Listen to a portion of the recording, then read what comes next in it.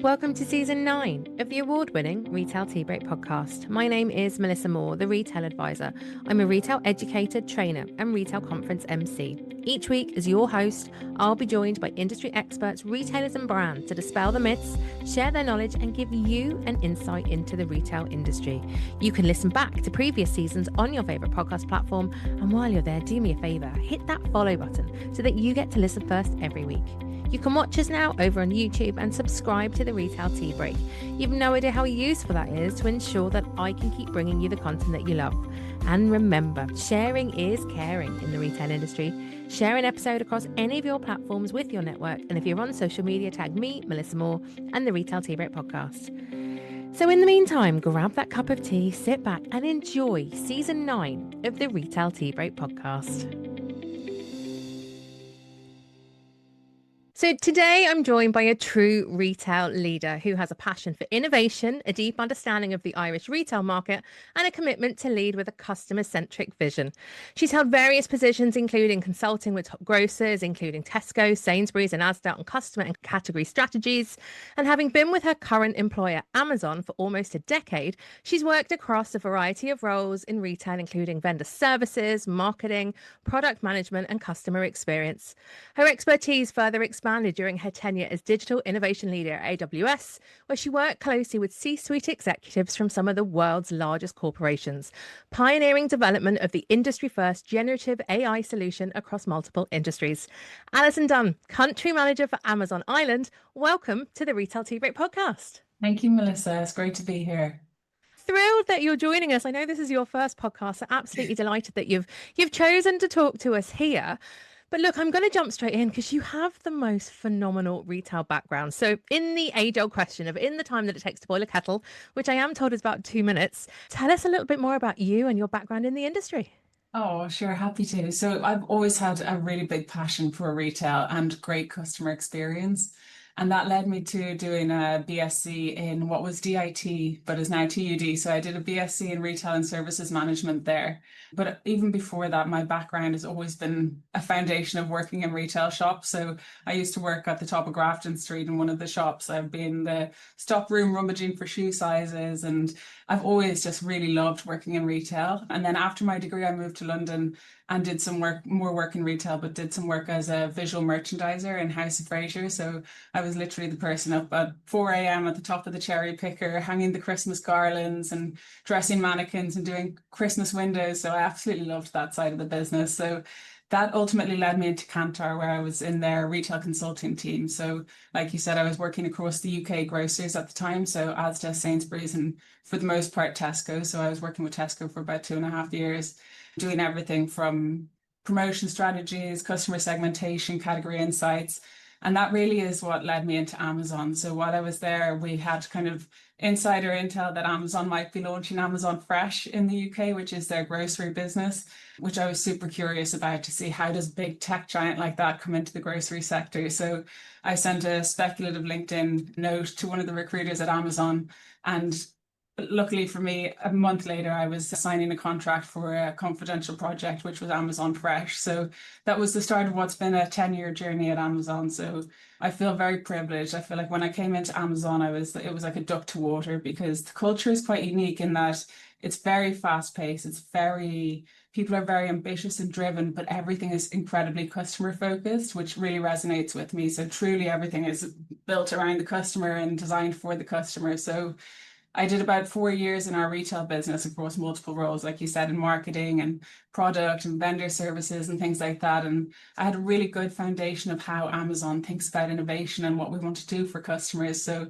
I had a bit of a sliding doors moment about 4.5 years into my career, where they asked if I would want to set up the product team for Amazon Go, which is our convenience store. So physical retail was a kind of new string to my bow. It would have been amazing. But at the same time, I was offered an opportunity to set up something new on AWS, which was where we were bringing our innovation philosophy and all of the things we were doing about designing for customers and thinking about how do we externalize that for AWS's strategic customers. So bringing those big strategic customers on Amazon's innovation journey and understanding their challenges. So it really felt like one of those kind of only at Amazon could you pivot from being a hardcore retail person over into the cloud business, which I really like. I had no background in cloud. So for me, it was a big gamble, but I took the bet and went over to AWS for about 4 years, where I was leading AI and innovation strategies for multiple industries. So I was still on consumer packaged goods, but I was also doing things like fan experiences for some of the Premier League football clubs, or My thinking about goodness. cancer diagnostics for the big healthcare life sciences. And one of the projects was around wrapping subsea cables in AI membranes so that it could send data back up to the cloud for renewable energy. Like, it was phenomenal, a really big expanding moment in my career. So I loved that. And then, very fortunately, about 18 months ago, I had the opportunity to take on the role of country manager in Ireland. So I had moved back to Ireland in 2019, and it was a real full circle moment. As a long-term Amazon person, to be able to launch Amazon in my home country was just such a unique opportunity. So of course I grabbed it with both hands. And we launched in March this year. So it's been an absolutely wonderful roller coaster since then. Goodness me, you've had the career of about five different people, and I almost feel like getting to know you over the last kind of week or so that you're only getting started. And I think that's what's the exciting thing. You bring such an enormous amount of real retail experience. And actually, it's all wrapped up together. And I think we're so lucky to have you back in that respect. But what an amazing kind of career you've already had. But yeah, I have absolutely no doubt that it's going to push forward. And as you mentioned there, obviously, Amazon launched here back in March with Amazon.ie. We're such a unique market, which obviously, like, you know that, you know it so well. How's it all going? Yeah, and thank you, by the way. But yeah, the response has been phenomenal. So like, we continue to be humbled by how the response is going since we launched. So I think there's a common misconception when you're a big global company that it's as simple as switching the domain name from .co.uk to .ie. So I think, like, for us internally, we know that it's a huge amount of work and it's actually very complex. So everything needed to be built from the ground up. So every single tech stack, every single widget, every single backend component, it's a huge operational and technology kind of feat to be able to do it. So the team are amazing, and the team really were the ones who did it. But I think the reception in the market is also really positive for us, because Amazon has been here for 20 or more years. So Irish customers are very familiar with Amazon's proposition. They're very loyal to Amazon. And then for us, we needed to make sure that we were building a store that from day one we were going to meet those types of expectations, which is a hard bar to set. But we're really proud with the store that we did launch. So we launched on day one with over 200 million products, which even still I can't really fathom. 200 million products, when you think about it, is really hard to imagine. And then since launch, in the few months since launch, we've more than doubled that. So there's continued growing momentum around everything we're doing. And the store that we've launched in Ireland, it gives a much better customer experience for Irish customers. So now when you're shopping the site, everything that you see you can actually buy. You can get it delivered to your home address. You know the price that you see is the price that you're going to pay. Returns are free, which they weren't previously. And then there's things like Prime membership is almost 33% lower than it would have been if an Irish customer was subscribing to UK Prime. And they also get all the added benefits. Like, before, you couldn't use the cinema benefits or the delivery food benefits. So everything with the Irish proposition is really tailored to the Irish customer. And the other thing we've done is we've launched a Brands of Ireland store. So we've create a dedicated storefront where we want people to be able to discover Irish brands, both the ones that they know very well, but also maybe ones that they didn't know about. So they'll be able to go online, browse, and find them. And then for those businesses, we're giving free account management, and we're doing kind of video and marketing for them to help photograph and design their products and put them on the website to serve both Ireland but also internationally. Goodness me, I can't get over the figure that you just rolled off your tongue there, but also the huge amount of expertise that's out there as well. And also the fact you call it a shop. I've never heard it called a shop before. And actually, that stopped me in my tracks there, that you are, but I've never looked at you that way. I know, and we say we opened our virtual doors on our Oh, shop. I love that. I Yeah. absolutely love that. New research as well that you've just come out with. You've compiled it into the impact of e-commerce on consumers here in Ireland. And it's shown the Irish e-commerce market is expected to grow from 5 billion, more of these big figures here, 5 billion, estimated at 14% of total retail, to 8 billion in 5 years. That in itself is absolutely unreal. What are the other headlines jumping out from you from this study? Because it's incredible. Yeah, it was an interesting report actually, and I think Deloitte they surveyed over 1,000 Irish consumers and then created their own econometric index looking at price. And I think that was one of the more interesting things for me when I was going through it was that they found that e-commerce is having a disinflationary impact on price. Wow. So essentially, prices would be 4.1% higher if we weren't operating through e-commerce. So it's helping Irish customers, particularly in a challenging economic environment, to have more spending power and to get access to more lower prices and better deals. So that was something interesting. And I think, like you said, over 86% of Irish customers are shopping online now. So it is huge, and I think it's going to continue to grow. But I think one of the encouraging things we also saw from it was how much people are still going in store. So we know that e-commerce gives a huge amount of benefit in terms of access to more products, kind of more convenience, and sometimes better prices.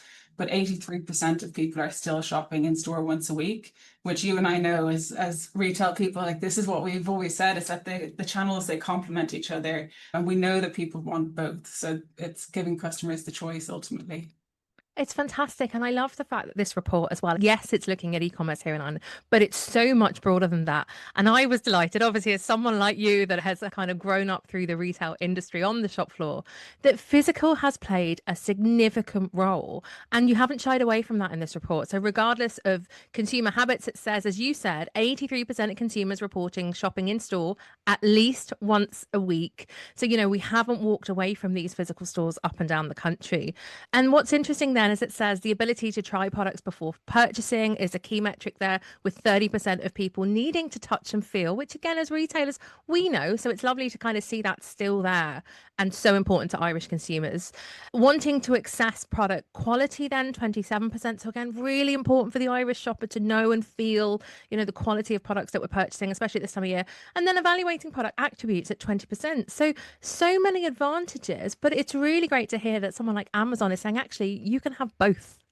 Yeah, exactly. And I think one of the facts in it was 70% of people will use online to do product research. So if something is a kind of maybe a higher consideration product or it's more expensive, people will go online and do a lot of research on reviews or the product description. And that doesn't necessarily mean that they then won't go in store, especially if it's something very expensive. They might prefer to go in store and buy it. But having all the access online and a brand showing their product both online and in store is important so that customers can then have the choice ultimately how they want to shop it. And it's fantastic to kind of feel and see that cohesion here that, we're elevating the whole retail industry in Ireland. It isn't just one or the other. And I think it was certainly seen like that for quite a while, that you either had this physical store or like Amazon with your shop, you had this kind of e-commerce platform. But now we're saying, look, both is absolutely fine. If once you're meeting the need from the customers, which you've certainly said from the outset today, that's what's important here. Yeah, absolutely. I think it's ultimately down to customer choice. It has to be. Another thing that jumped out of me, it's all about me today and these Amazon findings. I was absolutely fascinated that the study revealed the benefits for rural communities, just like where I am up here in Mayo. 41% of rural respondents citing access to shops outside their local areas as a key motivator for shopping online. It's so important. That's it. I think it's this thing, it's giving access to this kind of global marketplace almost where it's not possible to have everything in the main street on Irish towns. So it gives those rural communities really easy access to get the products that they need. And I think it's meeting a customer need. And I think for us, that was something we were very conscious of before we launched. So we agreed a 5-year partnership with Unpost to make sure that every single air code in Ireland can make sure that they get their Amazon delivery from their trusted postman who they probably know by name. So whether you're kind of in Dublin in the city centre or out on the peninsula of the Dingle Peninsula, you'll be able to get your package, and no doubt your Irish postman will know exactly which house is yours. So that's something that we're hoping to increase next year as well, as how fast we can get to rural communities. I love that. And I know I'm really grateful for that. It's great to see the postman coming at about 1 o'clock every day. And it's really nice. I think you've chosen on Post as well to do that, trusted, loyal service provider all over the country and meeting the needs again of the customer. Yeah, absolutely. I think it's something that is so important for us, and it gives us that assurance that we also can trust that if a customer shops through Amazon.ie, they're going to get it in the time that we've committed to. Which is gorgeous. And it's really lovely to hear that. One thing I do want to talk about, and I think it would be remiss of me not to, I'm mindful, and again, at this time of year, I truly am. We know we're in the golden quarter, busiest time of year. I'm really mindful that, as you've already mentioned, on our main streets, up and down the country, in the villages and the towns, there are so many independent retailers, there are so many small Irish businesses. We've got kind of national chains up and down the country as well. Gorgeous indigenous brands. I know you've mentioned that. I certainly know an awful lot of them at this stage from working in the business. Some of them are genuinely fearful of you being here in Ireland, of you opening up back in March. They really do fear the fact you're here in the market, and I suppose feel that you're taking from their business, and also, I suppose, fearful that it's pushing them out of a market that they really need. Yeah, we hear that a lot, and I think there is a little bit of a misunderstanding on how Amazon works and how we operate because people assume that Amazon is a big retailer, which we are, but we're actually an even bigger marketplace. So over 60% of our sales globally go through our marketplace business, and that's where our selling partners are choosing to list through Amazon and choosing to use Amazon as a way to reach more customers globally. And for us, we only succeed if our selling partners succeed. And since taking on this role, I've actually met a lot of the Irish businesses and gone out and met the brand owners face to face. And a lot of what they tell me is that actually Amazon offers them another option. So it gives them an option for kind of flexibility in their website or how they might want to run their own e-commerce businesses. Because ultimately, when you think about like POS, like handling, staffing, delivery, like doing the pick, pack, and stow of your own products, and then all of the customer service and returns, it can actually be a huge overhead for some of those businesses. So some of them choose actually not to even have their own website because maybe it's too much or they just can't take it on. And Amazon's marketplace essentially is just another offering. And within that, there's lots of different options. So sellers can choose to deliver their own products or choose for Amazon to take care of it end to end. So I think it just gives people a different option. So for those businesses, I think what we would say is just explore the different options. We're not here to come and take away business. If anything, what we want is that people can get access to more customers and to reach global storefronts with the trust that we have. And I think there's been some amazing Irish brand examples. So I know you know Ella and Joe very well. They're one of my favorite brands that we have on the Brands of Ireland storefront. And they're one of Ireland's fastest growing skincare brands, and they had amazing success on Amazon. So as soon as they listed through Amazon, they had 300% growth in their sales. And it's helping them from a global brand reputation point as well, because they get great customer reviews, which is down to their awesome product. But customers all over the world can go on and see those customer reviews through the Amazon website. And ultimately, they're getting the benefit from any investments that we make in technology or the website or any marketing or branding that we want to put around Irish brands. They also get the benefit of that. So for us, I think we're going to continue to highlight Irish brands. There's only positives for us that can come from that. So I would just encourage people to explore it as an option and just be mindful that we're not here to take it away. Absolutely not. We don't want to do that. I think this is a really interesting kind of story here, and it's something we probably haven't heard enough of. In fairness, you're only here and open since March, but is this idea that actually you can support and elevate Irish, whether it's an independent retailer, whether it's a brand like Ella and Joe, that actually they should almost be utilizing you as a portal to new customers, but also to a more global kind Mm. of level, which again is, I think, something that we don't necessarily think of. Yes, Ireland, it's fantastic you're here. There's what, 5 million odd people here, but you haven't closed your doors on the rest of the world. If anything, you've made it really easy now for me selling a product here in Mayo that actually other people around the world can find. Exactly. And like genuinely, we invest so much in our selling business and our selling platforms and things like that. So one of the amazing tools we have is called Export Central. So as soon as a brand is listed on any store, they could choose to list on Amazon.ie first or Amazon Germany first. But as soon as they're listed, they can, within about 3 or 4 clicks, sell into 39 different marketplaces. So it really is like one of those kind of no-brainer almost if you're looking to expand and to gain an international audience for your brand. And like I said, there's loads of options in terms of how much you want to manage your own returns or your own customer service, or if you want Amazon to take care of it, it's incredibly flexible. And you mentioned there earlier as well, and again, I'm really interested in this, the support there. Like, you don't just kind of click a button here and trial this on your own and hope it works. You Yeah. actually have loads of people there in the background to support, again, small little retailers or independent brands out there. Exactly. And like a lot of our Dublin team, like more than half of our Dublin team here are supporting the Irish brands directly. They're account managers who are on the phone supporting customers and businesses to get listed and to reach those audiences. So that's one of my passions. I think, as you say, it comes to the fact you know the market really well. The team obviously do as well. That actually we are elevating Irish retail and Irish brands. It isn't a one or the other. Because again, look, it's been talked about so much in the press that user here, we should all be fearful. But actually, it sounds like we can both elevate the retail game and serve the customers, which is what we're all here for. I want to jump back really quickly because something else I want to talk about AI and generative AI. And I know we're moving from the retail section of Amazon and into the cloud and into AWS, but considering you worked there for such a while, AI, obviously for retail, phenomenal. To those that maybe don't understand the difference between the two businesses, as I'm sure a lot of people listening won't, we've obviously got the retail part, Amazon.ie, you've got AWS. Give us a quick lowdown as to the difference between the two and how they work. Yeah, so we refer to Amazon as Amazon stores on the internally. So that would be anything B2C. So if you think about anything that you can buy or click or have delivered or download or stream, those are all on the Amazon side of the fence. And even within that side, it's like AI is all over everything that we're doing at the moment from both an internal perspective, but also from an external perspective. So you'll see like AI supported customer reviews where it gives you a summary of the total thousands and thousands of review. It will pull out the AI summary on some of the websites, not on Amazon.ie yet. There's an AI assistant called Rufus where you can say shopping for a 4-year-old boy, what kind of things do they like? And it will give you some product suggestions, which is amazing. We see customers really enjoy that. And there's lots of innovation in AI for our operations and supply chain business as well. So thinking about how do we make the process safer? How do we anticipate when machines might be about to break or various things like that, where we're just optimizing across every single workflow using AI where we can.